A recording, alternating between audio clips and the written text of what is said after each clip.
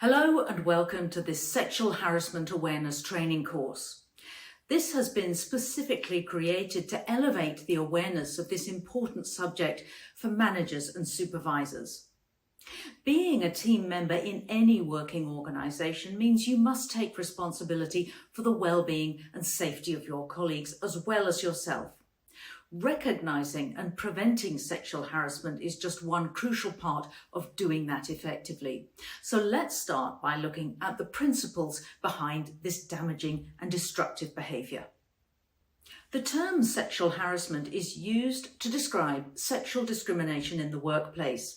It's generally applied to inappropriate behaviour that involves unwelcome sexual advances or non-consensual activities and discussions about sexual acts.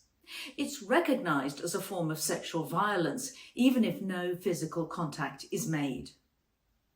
The presence of sexual harassment in a workplace can have a devastating and long-lasting effect on an organisation. If managers and workers condone or participate in cases of harassment in operations, they run the risk of exposing their companies to lengthy court proceedings, significant compensation claims, and negative publicity. This will inevitably lead to reputational damage, low recruitment levels, and a high turnover in staff. Most cases of sexual harassment tend to arise from an individual's need to show dominance over someone rather than being based on emotional issues. It's therefore often linked with seniority and the misuse of power in a hierarchy. It should be remembered that sexual harassment can affect and be instigated by all genders. However, it is female workers being harassed by male workers that are most often reported or encountered. The close working environments of offices and business sites lend themselves to more employee interaction, which is one reason why it tends to be encountered in these types of surroundings.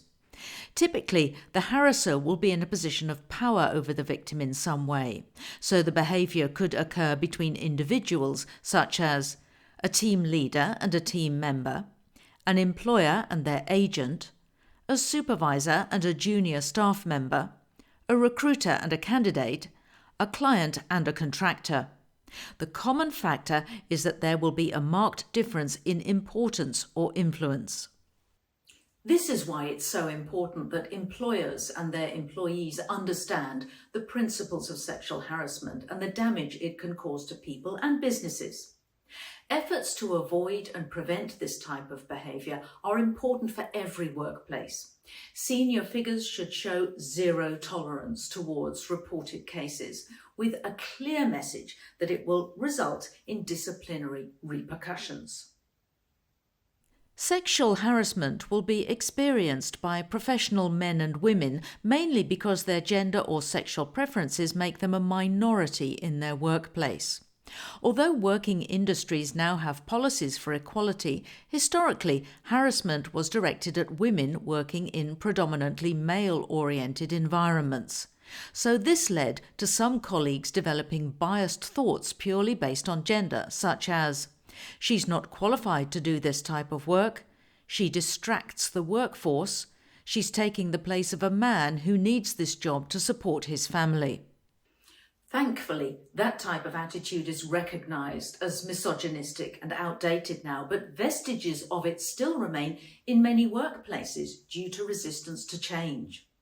Despite laws for equality, there remain senior roles in many industries dominated by males, meaning that the ratio of men to women can still be susceptible to gender-based bias, even if it's unintended. Senior figures in an organisation must investigate alleged incidents of sexual harassment and take each case seriously. They should also ensure that their actions do not contribute to a case.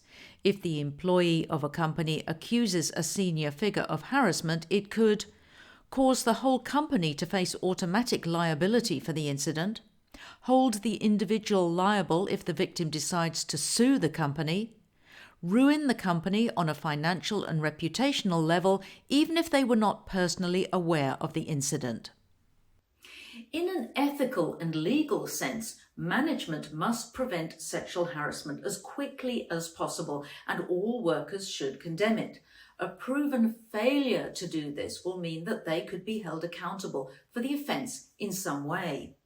If harassment is officially reported to a senior figure, it also means that the company is lawfully aware of the issue. Now, once reported, a manager or supervisor must stop the harassment, or at the very least, bring it to the attention of someone who can. Whilst the moral and social problems caused by sexual harassment are of the utmost importance, in business terms, it will also impact a company in the strongest possible ways. This could manifest as disruption to work schedules and working relationships, valuable work contributions from key personnel, frustration and negativity from large sections of the workforce, demoralisation of staff if the issue is not handled effectively, increased rate of absences and resignations for as long as the issue remains.